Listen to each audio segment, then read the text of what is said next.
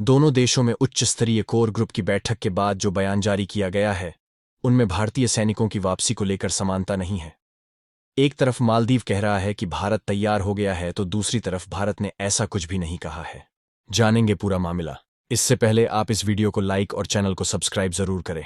समाचार agency PTI के मुताबिक सरकार के ताज़ा आंकड़ों के हिसाब से मालदीव में फिलहाल 88 भारतीय सैनिक हैं। मोहम्मद मुइज्जू ने चुनावों में इंडिया आउट का नारा दिया था और राष्ट्रपति बनने के बाद अपनी शुरुआती प्राथमिकताओं में भारतीय सैनिकों की वापसी को बताया था। पिछले हफ्ते शनिवार को नागपुर में मंथन टाउन हॉल में भारत के विदेश मंत्री एस जयशंकर बोल रहे थे। इसी दौरान उनसे मालदीव से खराब होते संबंधों के बारे में पूछा गया तो उन्होंने कहा था, राजनीति तो राजनीति है। मैं इसकी गारंटी नहीं दे सकता कि हर देश, हर दिन, हर व्यक्ति हमारा समर्थन करे या हमसे सहमत हो। हम इसकी बेहतर कोशिश करते हैं और पिछले 10 सालों में कामयाबी भी मिली है। हमने कई मामलों में मजबूत संपर्क स्थापित किए हैं। राजनीति में उठापटक की स्थिति रहती है, लेकिन भारत के बारे में वहां के आम लोगों की राय अच्छी है और उन्हें भारत से अच्छे संबंधों की अहमियत पता है। मालदीव के मीडिया संस्थान दी प्रेस की रिपोर्ट के मुताबिक सरकार ने मालदीव में मौजूद भारतीय सैनिकों की वापसी पर भारत से बातचीत शुरू कर दी है। रिपोर्ट में कहा गया है कि इस बातचीत में भारत की ओर से मालदीव में भारत के उच्चायुक्त मुनु महावर, विदेश मंत्रालय के अधिकारियों समेत special joint secretary Puneet Agarwal शामिल थे। वहीं मालदीव की तरफ से मोहम्मद मुइज्जू के chief of staff Abdullah Faiyaz, chief of major general Abdul Rahim Latheef, विदेश मंत्रालय में ambassador at large Ali Naseer और भारत में मालदीव के उच्चायुक्त इब्राहिम साहिब शामिल रहे। द प्रेस की रिपोर्ट में कहा गया है कि राष्ट्रपति कार्यालय की ओर से इसकी पुष्टि की गई है। 17 नवंबर को सत्ता संभालने के बाद मुइज्जू ने भारत से सैनिकों की वापसी को लेकर गुजारिश की थी। मालदीव सरकार ने भी पुष्टि की है कि फिलहाल देश में 88 भारतीय सैनिक मौजूद हैं। वन ऑनलाइन की रिपोर्ट में कहा गया है कि मोहम्मद मुइज्जू ने भारत के सामने 15 मार्च तक सैनिकों की वापसी की डेडलाइन दी है। मालदीव की सरकार में पब्लिक पॉलिसी के मुख्य सचिव अब्दुल्ला नजीम इब्राहिम ने कहा कि भारतीय सैनिक मालदीव में नहीं रह सकते और देश के लोग भी यही चाहते हैं।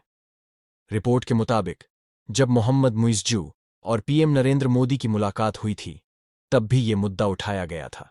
द एडिशन की रिपोर्ट में कहा गया है कि विदेश मंत्रालय के अनुसार भारत अपनी सैन्य मौजूदगी मालदीव से जल्दी हटाने पर तैयार हो गया है। विदेश मंत्रालय के हवाले से इस रिपोर्ट में बताया गया है कि इस मामले में अगली बैठक जल्द होगी। ये बैठक दोनों देशों की सहूलियत के हिसाब से तय की जाएगी। रिपोर्ट में कहा गया है कि इस मुद्दे पर बातचीत करने के लिए भारत से एक स्पेशल टीम आई थी। द सन की रिपोर्ट में कहा गया है कि दोनों देशों के बीच रविवार को सैनिकों को हटाए जाने के मुद्दे पर हुई ये पहली बैठक थी। मालदीव और भारत के बीच आपसी सहयोग बढ़ाने और साझा हितों से जुड़े कुछ और मुद्दों पर भी बात हुई। मामले में दूसरी उच्च स्तरीय बैठक जल्द की जाएगी। जिस उच्च स्तरीय कोर ग्रुप की बैठक हुई, ये ग्रुप पीएम मोदी और मुइज्जू की मुलाकात के बाद बनाया गया था। सामरिक मामलों के जानकार ब्रह्मा चेलानी ने सोशल मीडिया पर लिखा, हिंद महासागर के देश मालदीव में मुश्किल से 5.5 लाख लोग रहते हैं। चीन समर्थक राष्ट्रपति बीजिंग की अपनी तीर्थयात्रा से इतना साहस जुटा पा रहे हैं कि भारत को डेडलाइन दे रहे हैं और भारत को लेकर आक्रामक बयान दे रहे हैं, ताकि मालदीव को तोहफे में जो हेलीकॉप्टर दिए गए थे, उनके रखरखाव के लिए मौजूद कुछ दर्जन सैनिकों को भारत भेजा जा सके। टाइम्स ऑफ इंडिया में भी इस पर एक रिपोर्ट की गई है। इस रिपोर्ट में कहा गया है कि मोहम्मद मुइज्जू ने जैसा कहा था, वो वैसे ही भारतीय सैनिकों को हटा सकते हैं, लेकिन ऐसा करके मालदीव राजनयिक स्तर पर नुकसान की स्थिति में रहेगा। भारत के प्रति विरोध व्यक्त करके वो अमेरिका, फ्रांस जैसे देशों से भी दूर हो सकता है। अमेरिका ने भले ही दूरी बनाई हुई है, लेकिन चीन का अगर हिंद महासागर क्षेत्र में दखल बढ़ा तो ये अमेरिकी सरकार के लिए चिंता का विषय हो सकता है। टाइम्स ऑफ इंडिया के विश्लेषण में कहा गया है कि अब भारत को किसी विकल्प के लिए तैयारी शुरू कर देनी चाहिए। भारत को अपने सैनिक और रडार ऐसे किसी भारतीय द्वीप पर लगा देने चाहिए जहां से इस क्षेत्र में कम्युनिकेशन जारी रखा जा सके। भारत मालदीव में अपने रडार स्टेशन खो देगा और ये भारत के लिए झटके की बात है। भारत को इसे मालदीव के सामने रखना चाहिए और इसे क्षेत्र में अपनी मौजूदगी बनाए रखने के लिए मनाना चाहिए। द हिंदू ने अपनी रिपोर्ट में पूर्व भारतीय राजनयिक राकेश सूद से बात की है। राकेश सूद ने कहा, मुइज्जू तो अपनी राजनीति कर रहे हैं और इससे फायदा भी उठाना चाहेंगे। वो जानबूझकर उकसाने वाली बयानबाजी कर रहे हैं, लेकिन जैसे को तैसा जवाब देने की स्थिति भारत के लिए अच्छी नहीं है। भारत के लिए सही ये रहेगा कि मालदीव को सामाजिक आर्थिक नजरिए से भारत की अहमियत का एहसास करवाया जाए। पड़ोसी देशों के साथ भारत की दूरियां बीते कुछ वक्त में काफी बढ़ी हैं। इन देशों में चीन, नेपाल, मालदीव और श्रीलंका भी शामिल हैं। निक्केई एशिया की रिपोर्ट में दक्षिण एशियाई देश के एक पूर्व विदेश मंत्री ने कहा, भारत अपने छोटे पड़ोसियों के प्रति जैसे पेश आ रहा है, उसमें आप एक अविश्वास को देखेंगे। भारत इन देशों की सरकारों पर भरोसा नहीं करता, खासकर चीन से जुड़े मामलों में। ऐसे में वो दबाव बनाने की कोशिश करता है, जिससे स्थानीय स्तर पर नाराजगी देखने को मिलती है। मालदीव के अलावा नेपाल से भी भारत के संबंधों में दूरियां आई हैं। दोनों देशों के बीच काला पानी, चेक पोस्ट और नक्शा विवाद रहा था। पाकिस्तान के साथ भारत की दूरियां ऐतिहासिक हैं और 2019 के बाद इनमें और दूरियां देखने को मिली हैं। चीन के साथ भी 2020 में गलवान में हुई झड़प के बाद भारत के संबंध बिगड़े हैं।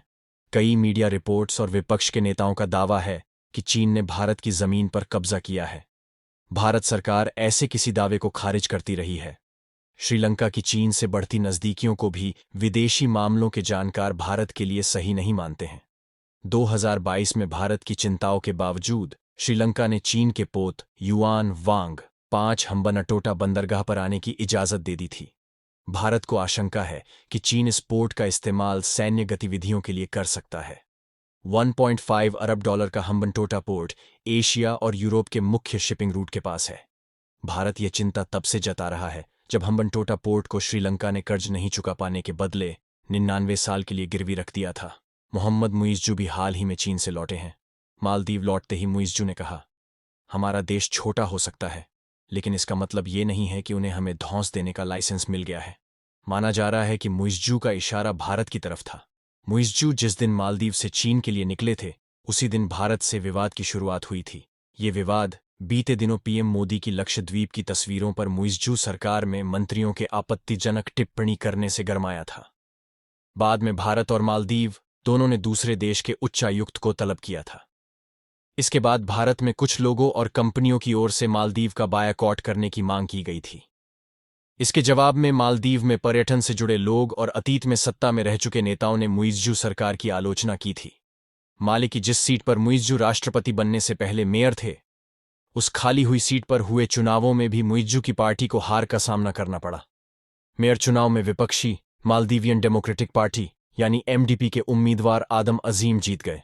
एमडीपी का नेतृत्व मोहम्मद इब्राहिम सोलिह के हाथों में है, जिन्हें भारत समर्थक माना जाता है। हालांकि राष्ट्रपति के चुनाव में एमडीपी मुइज़्जू की पीएनसी से हार गई थी। राष्ट्रपति बनने से पहले माले के मेयर मोहम्मद मुइज़्जू हुआ करते थे। राष्ट्रपति चुनाव लड़ने के लिए उन्होंने अपने पद से इस्तीफा दे दिया था। दोस्तों, आज की वीडियो में बस इतना ही। और अगर आप अभी भी इस वीडियो को देख रहे हैं तो इस वीडियो को एक लाइक ज़रूर करें। बाकी आप लोग अपनी राय कमेंट में ज़रूर बताएं और अपने दोस्तों तक इस वीडियो को ज़रूर शेयर करें। मिलते हैं अगले वीडियो में, तब तक के लिए जय हिंद।